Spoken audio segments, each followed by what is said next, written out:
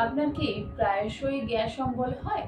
বদহজম, জোঁয়া ঢেকুর, পেট ফাঁপা, পেট ফুলে রয়েছে বা গ্যাস এই সমস্যা আপনাকে নাজেহাল করে রেখেছে? একটু মিলিয়ে দেখে নিন তো এই সমস্ত অভ্যাসগুলি আপনার মধ্যে নেই তো?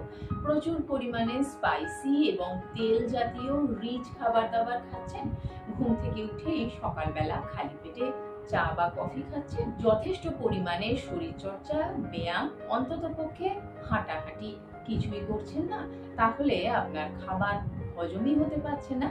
আপনি যদি পরিশ্রম না করেন তাহলে আপনার খাবারটা হজম হবে কোথা থেকে? খাবারটা ঠিকঠাক সময়ে ঠিকঠাকভাবে হজম করাটা খুব গুরুত্বপূর্ণ। এর থেকে মুক্তি পেতে প্রতিদিন সকালবেলা ঘুম থেকে উঠে খালি পেটে ১ গ্লাস ঈষদ উষ্ণ জল খান।